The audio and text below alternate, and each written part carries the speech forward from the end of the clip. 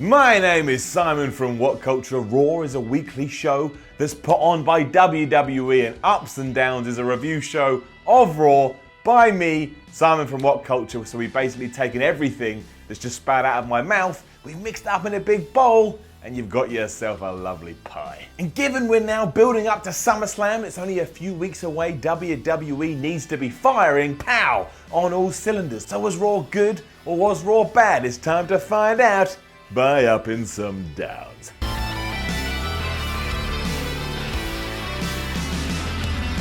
One day WWE will actually realise that you don't have to start Raw in exactly the same fashion each and every week. However, they did pull the same trick again this week that they have done the last few weeks, and can you believe it, it worked. Like a magic trick that I'm not bored of, so it's getting it up. So even though the Miztourage verbally sparring with Kurt Angle was a bit meh, from nowhere we did see the return of Paul Heyman and the return of Brock Lesnar. That was awesome, it got me excited, so yeah, I was alright with it. Miz naturally started to run him down because that's what the Miz does, and then Brock Lesnar got well mad and whooped the crap out of him, Bo Dallas and Curtis Axel. Now it's a bit rubbish because now we've just made these three jobbers. However, it's so much fun seeing Lesnar run wild that I don't mind because I was well entertained by it. If I'm entertained, I can't throw my fist around too much, but yeah, it's always a shame when people get jobbed out, but hey, Brock's awesome. It was a great way to remind us about how good the SummerSlam main event may be, and if that means we have to have some cannon fodder along the way, then fine. Good opening to Raw, good start, loads of momentum and energy and power. And Brock was wearing a blue shirt. He looks a bit weird in blue. I think it was blue. I've just said that off the cuff. Was it blue? I think it was blue. Anyway, that does bring us to up number 2 as the Seth Rollins and Dean Ambrose nonsense continued. But it's well done. It was good. Let's get up. This week we did see Sheamus beat Rollins, and then there was a big schmoz afterwards because Cesaro got in there. The tag champs just pummeled on him. But Dean Ambrose didn't come out to make the save because Dean Ambrose doesn't trust Seth Rollins. And this intensified post-match when Seth ran into Dean and he was all like, "Dean, damn you, why aren't you helping me out?" And Dean was like, "Bro, you smashed me with a chair a few years ago. What do you think I am, an idiot?" And to be fair, he's got a very good point. If I came round your house right now and just smashed you with a chair, what are you gonna do? You gonna trust me in 3 years, 5 years, 10 years? No. You're gonna be like, Miller at some point is gonna smash me with a chair, and it's the right way to think. Don't get burned more than once. This all continued on throughout the night though, because then later on we did have Dean Ambrose versus Cesaro, which was a very good match. And even though Ambrose won, then Sheamus got in there and they started having a big fight again, and all the crowd were like, "Oh, I bet Rollins doesn't come out." And then guess who came out to make the save? Seth Rollins, because he wants to prove to Dean he's a changed man. But then Dean offered him the Shield fist bump, and Seth this time walked away, the crowd booed, and everything here worked really well. It was good. It's like the rockiest relationship we've ever seen, and I'm buying in like some stupid idiot. However, there's only 2 scenarios I want to see coming out the back of it. One, I want Seth and Dean to win the tag championships at SummerSlam, and then during the main event, I want them to come out and help Roman Reigns win the Universal title, and we get a proper Shield reunion. But that's never going to happen. So 2, I just want Dean to turn on Seth. That's all I want. Loads of other people are preoccupied at the moment. I enjoy watching Rollins and Ambrose work together, and I want to see Dean as a heel. So there you go. We do, though, arrive at our first down of the day, and can you believe it? Yes, it does involve Jason Jordan, or Jason Jordan Angle, or whatever his name is now. At this point, he's got more names than TNA, GFW, Impact, whatever it's called. But unsurprisingly, this is falling flat on its face, and WWE isn't doing itself any favours because Jason Jordan was meant to fight Curtis Axel. Curtis Axel gets beat up, so instead, Jason Jordan just signs a random guy backstage and says, I'm gonna fight you. This guy's name was like John Pierre Goulet, and guess where Raw was taking place? Toronto, Canada. So you have the most Torontoan, it's not a word, but the most Torontoan guy ever, and Jason Jordan, a guy whose story isn't working. So guess what the crowd did? They loved Goulet, and they hated Jason Jordan. A blind raccoon could have seen that one coming, and all this did was hurt Jason Jordan even more as this storyline falls flatter than something that's really flat. A raccoon that's been run over by a car, because for some reason now I just want to work in the theme of raccoons. Are you old enough to remember the cartoon show Raccoons? Decent. Up. This really was stupid planning by WWE, and at this moment, the biggest storyline they had for years, or at least the biggest tease they've had for years, is dying on its ass. Also, Who was sending the messages in the first place? Just meant to forget that, am I? Okay, I just forget that. I'll take that information out my brain and I'll eat it. Didn't actually need... I mean, that was stupid. Which leads us to down number 2 as Bayley's character continues to be assassinated on the main roster. Lovable Bayley did come out to let us all know that the injury she suffered last week is a real one, it is legit, and therefore she's not going to be able to compete at SummerSlam. What did the crowd do?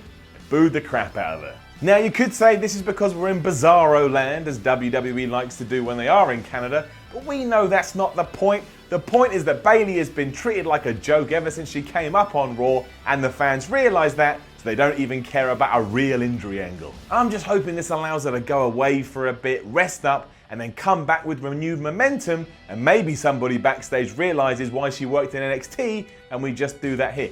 I know that doesn't work for everyone, and everybody's gimmick needs to be tweaked, but try it with Bayley. Just try it, because this is not good. Weird spacing there, very weird, like I was about to have some kind of aneurysm. This did mean we got a 3-way between Sasha Banks, Emma, and Alicia Fox for some reason, and the winner of that would then face Nia Jax next week, and the winner of that goes on to SummerSlam to face Alexa Bliss in the title match. There's nothing great, nothing special, but we'll give it an up anyway, because I'm not in the business of giving downs when everyone tries hard, and more or less this came off flawlessly. Sasha Banks did beat Emma with the bank statement, so she and I go on to face Nia Jax next week. And yeah, fine, whatever, I don't care. We do, however, give downs for bad segments. And that's why everything with Enzo Amore, The Big Show and Big Cass is getting a down. This was great a few weeks ago, but now it's so lacking of ideas, it's on the downward trend. Enzo came out and he cut another long promo, which soon became meandering. He was there with The Big Show. So Gallows and Anderson then appeared and said, hey guys, we're going to take you on. And then, yeah, they beat them in a match. And all that happened during that match was that Enzo got his ass whooped. Big Show got distracted by Big Cass, so Gallows and Anderson took advantage of that.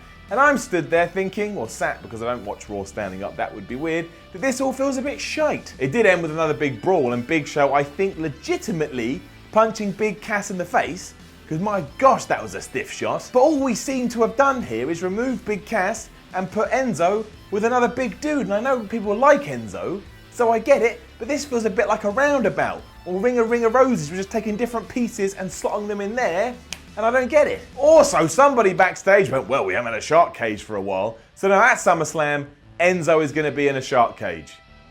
Why? Either way, as long as this ends with Cass winning and then moving on, it'll be alright, but this is dying a slow death. And I don't know what to do here, because I'm not saying it was good and I'm not saying it was bad, it was fine. If I do give it a down, I'm being a hypocrite. But Bray Wyatt, Finn Balor, I am going to give it a down, because I am a hypocrite. The real problem is though, while it was okay, it is once again the same thing every single week, and to be honest, it's boring me. Balor came out, spoke some gibberish. Bray Wyatt appeared. He missed attacking Balor, Balor attacked him, Wyatt vanished, appeared on the Titantron, spoke some gibberish. Can we not think of anything else to do as opposed to do this every week and also do it with every single Bray Wyatt feud? I still don't know why they're fighting. Why can't it just be Bray Wyatt saying, I'm a better in-ring competitor than you, Finn Balor, and Finn Balor going, no you're not, I'll prove it. That's fine. I mean, it's a bit simple, but at least I understand what's going on. Instead, we're getting the Battle of the Riddles, although Finn Balor does get in an up for saying direct to Bray Wyatt's face that he doesn't care about wins or losses, and he only cares about trying to scare people, and that's 100% true, so I appreciated that. So yeah, Finn, there's your special up. And I'm torn again because the Cruiserweight stuff on Raw was decent enough, but it did feel like filler. However, I am going to give it an up. WWE did give time to Neville, Tozawa and Titus O'Neil to continue building up to their SummerSlam title match, and also, for better or worse, I do find Titus O'Neil very entertaining, so I just got to accept that's the way things are. But then the match between Tozawa and Daivari was over quicker than a hiccup, and that's the problem here. We have now arrived, or we probably did a few weeks ago, at the point where it's 2:05 live time. That's what we do. There's no feeling here. There's no segue. It's just shoved in your face really viciously, and it's obvious that, oh, it's Cruiserweight time, and it should just be seamlessly put into the show. It almost feels as if WWE's like, oh, what a bind this is to get the Cruiserweights on TV, and because of that, the crowd always responds with no noise because they feel the same. But everyone played their part here and they did the most with the time they had. However, why is Apollo Crews an afterthought again? Maybe it's time to send him back down to NXT. I am going to give it down to the 3-way between Dana Brooke, Mickie James and Nia Jax because it was nothing and it was over in 3 minutes.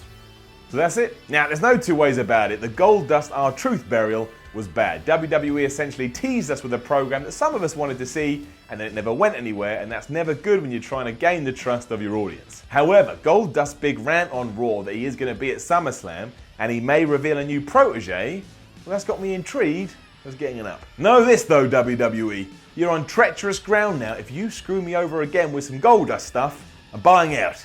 To be warned. Which did bring us to our main event, which was Braun Strowman versus Roman Reigns in a last man standing match. And while that's a very strange thing to just throw on a random episode of Raw, I guess we really need those ratings. It was awesome. I was getting it up. It was just a fantastic 20-minute fight that you should go out of your way to check out the highlights at least, especially when Braun Strowman, or Braun Throwman, as I'm going to call him now because I'm well funny, hurled a chair into Roman Reigns' face. It did end when Samoa Joe popped up and he choked out Roman Reigns, allowing Braun Strowman to get the 10 count. And this was just a barrel of entertainment, like a roller coaster of violence, and I loved it. Amazingly, I don't actually think it took away from the SummerSlam main event either, and that was my big worry, like I would have seen too much, but if anything, I'm now more excited, so that is a great ending to Raw.